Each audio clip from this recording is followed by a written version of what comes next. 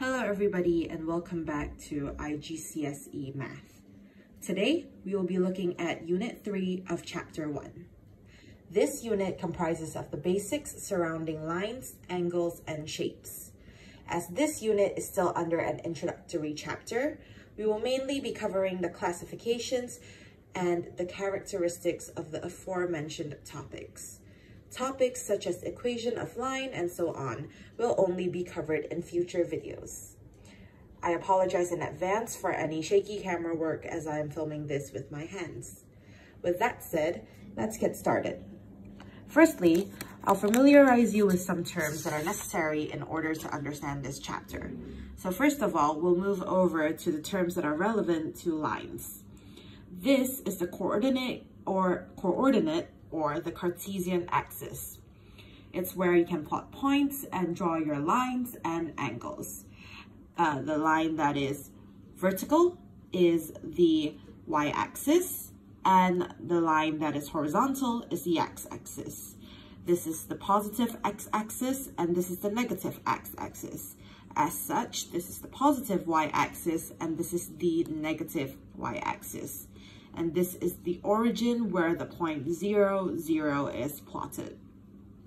For example, an example on how to read this graph, for example, the point 3, 2 would be plotted 3 around the positive x-axis and 2 on the positive y-axis, and will be somewhere in this quadrant.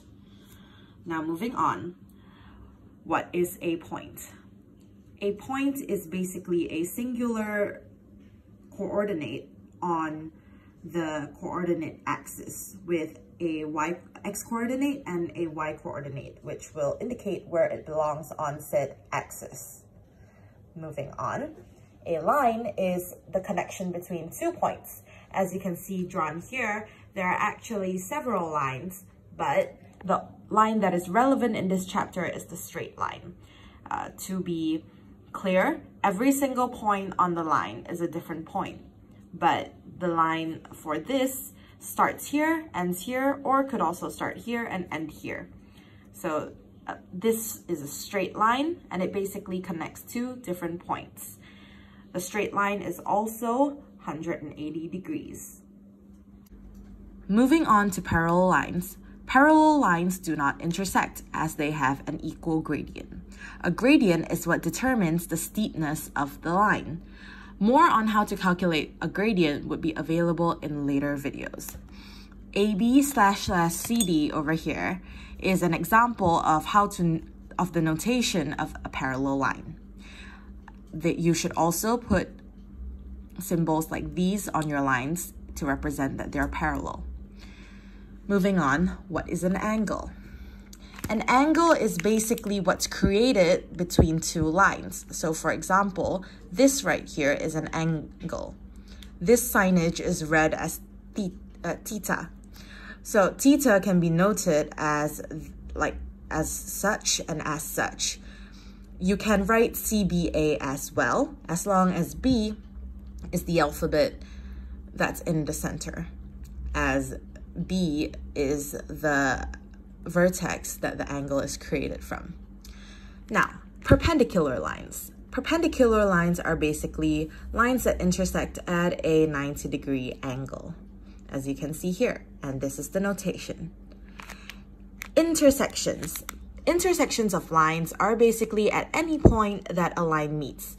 So parallel lines do not have an intersection.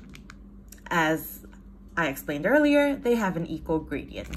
Now, going back to intersections, intersections can happen at any point, and therefore, yes, perpendicular lines are also intersections of lines. Now, we will be going on to terms for angles that are more relevant for angles. So first of all, we will be looking at the acute angle. An acute angle is any angle that is less than 90 degrees. Now, the right angle. The right angle is any angle that is exactly 90 degrees. An obtuse angle is any angle that's more than 90 degrees but less than 180 degrees. A straight line is an angle that is exactly 180 degrees. And a reflex angle is any angle that is more than 180 degrees, but less than 360 degrees. And finally, a revolution. A revolution is basically 360 degrees. Now, I will just go on and explain a little on how to measure angles. First of all, you would need this tool. That is called a protractor. What you do with this is that you bring your protractor over to this line. The line, it can be this line as well. Both are fine. Now, I will place this here and ensure that this is straight so that this point is right at the center and that this is aligned straight with the line. What you should do now is you should extend this line with a ruler so that it can reach the protractor and read the protractor. Now, let me tell you how to read this. After extending the line, which I will not do now, but you should extend the line, you read starting from here to read this angle. If you read this angle, then you should read starting from this direction. As you can see, there is a clockwise scale as well as an anti-clockwise scale. So you can use it according to your needs. For this angle, as we're looking at this one here, we can use the anti-clockwise angle, the anti-clockwise scale, which would go like this. So it's somewhere over here. And you would just read that number and note down the angle. So you would get X degrees. The same for all of these angles. Now, for this, there are two methods you can use to measure a revolution. I prefer this one, where you measure the angle of this. After you measure the angle, you take 360 degrees and minus the angle that you just measured. So that would be 360 minus X. Another method would be to extend one of these to become a straight line, like so or like so. After extending, let me show you. So after extending this, you can measure this angle, which is 180 degrees, so you don't have to measure it. You can just, as it is a straight line, that is a property of a straight line. You can measure the other angle and add 180 to it. Okay, finally, for this angle, just measure it as always. This is an obtuse angle, but there's no difference. It's the same treatment. Except this one, you read clockwise. All right. Now, moving on. We will try to draw some angles. So, what we will do, this requires us to draw a 35-degree angle. I'll just lay my protractor down. The right direction is here, yes. I'll lay my protractor down. I'll put it to this point. So you put it to this point, straighten it.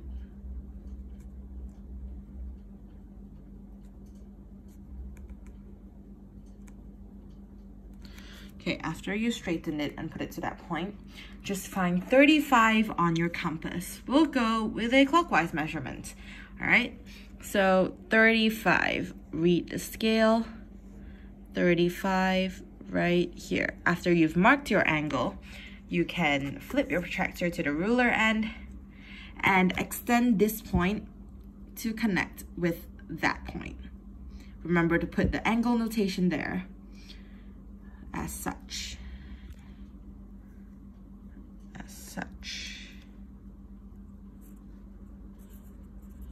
You could choose to write X as well, or any other notation that you would like to use to represent your angle. Now, these are another two questions that you can attempt on your own. Moving on, we're gonna be looking at angle relationships. So the first angle we have here is a complementary angle. So what a complementary angle is, as you can see here, is when a right happens within a right angle and you split the right angle, you'll get two different angles that add up to 90 degrees. So basically, complementary angles are angles that add up to 90 degrees. Now, supplementary angles, basically the same concept. They add up to something, but a supplementary angle adds up to 180 degrees. Now, vertically opposite angles. When you have two lines that intersect, they will form four angles. And an amazing thing about this is that the opposite angles will always be equal. So A is equal to C and B is equal to D. This happens for all line intersections. Now, alternate angles. When something like a Z shape is formed, in this case, it's very obvious, but sometimes it could be hidden. Both lines could be extended, and there's just one slanted line in the middle. Do not panic, it's the same concept. A will be equal to B, and they have to be parallel lines. It can't be like this and then, you know, it has to be two parallel lines. F shape, A is equal to B again. So basically, you have to learn to recognize these within diagrams in order to use them to gain your correct answers. You can Google for IGCSE papers. We will leave resources like that on our Instagram page, so you can go check those out.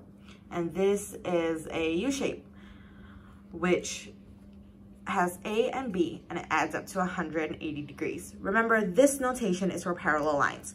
So for all these to happen, these notations must be noted. They must be parallel lines. All right, now, these are some exercises that you can try out. I'll leave the answers to these in the video's description. So let me just zoom on each question. You can pause to complete them or complete them afterwards. The answers will be in the video's descriptions. All right, now let's move on. Now, we'll be going into shapes. First of all, let's look at the types of triangles.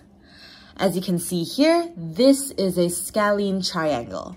What a scalene triangle is a triangle with no equal sides and no equal angles. That triangle that I just drew is quite ugly, but there are pretty scalene triangles out there. All right. Now, an isosceles triangle. You may have heard of this one. Basically, an isosceles triangle will have two equal sides and two equal angles. Now, an equilateral triangle is a triangle with all sides that are equal. Now, you must be wondering why I chose to put 60 instead of just saying that all the angles are equal. That is because a triangle has a maximum, can only and always will be 180 degrees. It will never be less and it will never be more. Therefore, when all the angles are equal, you just divide it by 3. Now, acute angle triangle is basically when all angles are less than 90 degrees. A right angle triangle is when a triangle has one right angle, and an obtuse angle triangle is when one angle has more than 180 degrees. Now, I want you to look at this diagram for a moment. Something to note is that A, B, and C, A plus B plus C makes 180 degrees. And D is actually equal to A plus B. So this is something that you can just keep in your mind in order to use in your exam questions. Now, we'll be looking at quadrilaterals. There are two quadrilaterals that you would be extremely familiar with, and that is this square and the rectangle. Now, the square has equal right angles, equal sides. Their diagonals are of equal length, and their diagonals form right angles. A rectangle has 4 right angles, similarly, 2 pairs of parallel lines, similarly to the square, but 2 pairs of different lines with the same length. Now, they have 2 diagonals of equal length as well. Moving on to the rhombus, basically a slanted square. It has all equal sides, not all equal angles, sorry. They have, their opposite angles are equal. Two pairs of parallel lines. Their diagonals form right angles. A parallelogram is essentially a slanted rectangle with two sets of parallel lines, two sets of lines with equal length. Opposite angles are equal. Yes. And then now we have a trapezium, where the requirement is to have one set of parallel lines. So both of these are trapeziums. Now, a kite. A kite looks like this. These two lines will be equal. These two lines will be equal. These two angles will be equal. And the diagonals will form right angles. So that's all for the quadrilaterals. Now, moving on to polygons. What are polygons? Anything with 3 or more sides are polygons. So yes, the triangle and all the squares that we just looked at, the quadrilaterals are polygons. Now, what about more than 2 or 3? 3 or 4. You can look at the list here. You have pentagon, hexagon, heptagon, octagon, nonagon, and decagon. There are even more than these. Any number of sides are possible. These basically stand for the number of straight sides, right? So any number is possible, but these are the common ones. If you would like to know more, you could go search for them. I do not recommend you memorizing the names of 100 sides of shapes, but if you wanted to, you could. Now, we will be looking at regular polygons. Regular polygons are when all sides and angles are equal. So there is a formula that applies to all polygons, not just regular polygons, which is basically the formula for sum of interior angles. This is the formula here, where n represents the number of angles. For example, a square, which is a quadrilateral, will have 4 angles. Now, if you want to try this formula out, you can sub in the number of angles for the triangle and the square, and you'll realize that for the triangle you get 180. Let's just try it out. 3 minus 2 is 1. 1 times 180 is 180. Now a square that has 4 angles. 4 minus 2. 4 minus 2 is 2. 2 times 180 is 360, which is correct. Now, that means all quadrilaterals, the whole list here, has a sum of angles of 360 degrees. Now, the sum of exterior angles. This only applies to convex polygons. So please keep note of that. An exterior angle is what is shown here. When you extend the straight line out, that X angle is a exterior angle. They all add up. So if you extend all the lines from here, from here, from here, and you add all of those X's up, you will get 360 degrees. Now, a convex polygon is something like this. A concave polygon is something like this, where at least one interior angle is a reflex angle. So a star is an example of a concave polygon. So remember, this does not apply to this. It will only apply to convex polygons. All right, moving on. This is close to the end. We have circles. So this is a circle, not the lines inside, just the circle, just the whole hoop outside. And something to remember is that circles only have one side. Their definition is basically a line drawn around a singular point. Now, there are some words that we will be learning that are related to a circle. First, this is the whole list. The center. The center is this right here, the O, the center of the circle. The radius is this line, and any line that is extended from the center to the circumference. And all radius in a circle are equal. Now, we have the circumference, which I gave a hint of earlier. It's this outer ring, the circle, basically. That's the circumference. we have a minor arc. Now, an arc is what happens here when you extend two lines from the center. So the minor arc is a smaller arc and the major arc is the big arc here. Then with that formed, we also have a minor sector, which is the area here, and a major sector, the area here. Now, we also have a minor segment. When you draw a line like this is called a chord. This is a minor segment, and this is the major segment. So yes, this is all the keywords you need to know about circles. I'll go down the list one more time. Center, radius, diameter, circumference, minor arc, minor sector, chord, minor segment, major segment. I'll show you the circle and you can try pointing the words out as I say them. Center, I'll give you 5 seconds for each. Center, 5, 4, 3, 2, 1. Radius, 5, 4, 3, 2, 1. Diameter, 5, 4, 3, 2, 1. Circumference, 5, 4, 3, 2, 1. Minor arc, 5, 4, 3, 2, 1. Major arc, 5, 4, 3, 2, 1.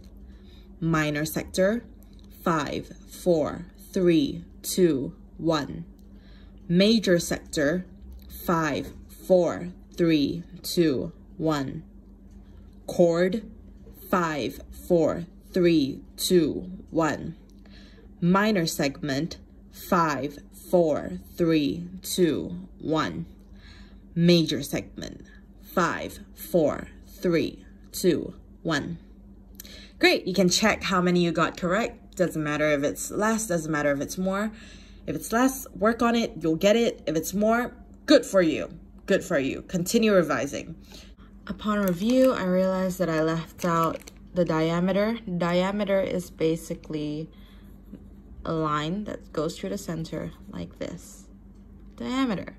And when you draw a diameter, what forms is 2 semicircles.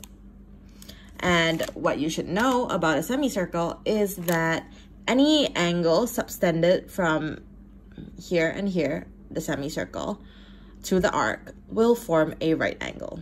And of course, the center angle here is 180 degrees. Now, to look at this is basically an angle subtended from an arc. And to note is that when an angle subtended from an arc reaches the center, it's 2 times when the angle subtended from the same arc reaches the circumference. No matter where this is drawn, it's x and this is 2x. All right, so now when I say no matter where it's drawn, I still mean from the same arc. It's just that it could be like this as well to this point, and this will still be x. It could be here, yes. All right, now moving on to the last part, construction. First of all, let's look at bisecting a line. What you will need is this handy tool, which is called a compass. So what you do is that to bisect a line is to basically draw a perpendicular line, but right at the center of the line, right? So you need to extend this compass, put this here, make sure this pencil part is more than the center of the line. And then you can just make a random point at the top, make a random point at the bottom, right? And then do the same with this point here. So you can look at the pencil markings here and here. You just need to connect this using a ruler now, and you will get your bisected line. You can try this by drawing out your own line and doing the same with the compass. Now we will be bisecting an angle. So you take this compass, you put the needle to the center, and you draw the angle. After that, you put your point here,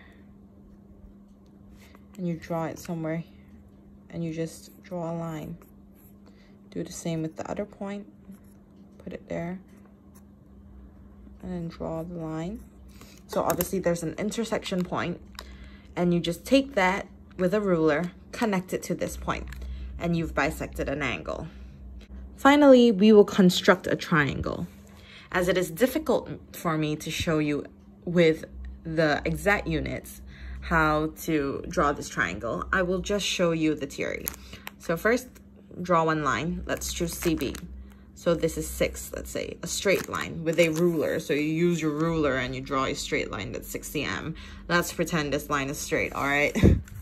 Now, what you do is that you'll use this, and from this 6 cm, you'll, first of all, use your ruler to measure out 5 cm. So let's say 5 cm is like here, and maybe 4 cm is like here, okay? So just plot out where your point should be. So this would be CB, and this would be A, right? So yeah, AC is 4, and then BA would be 5. So let's say this is 5, this is 4. You take your trusty compass, put this here, adjust this to the 4 cm point. So the pencil of the compass would rest at here, and the needle would rest here. And after that, just draw it like how we did. Draw it. And for here, you do the 5 cm point. You extend your pencil to here, and you have your needle here. Then you draw another. Somewhere here, there will be an intersection between the two lines you just drew. You just extend this, and you have your triangle created. Again, so that's the final part of this topic.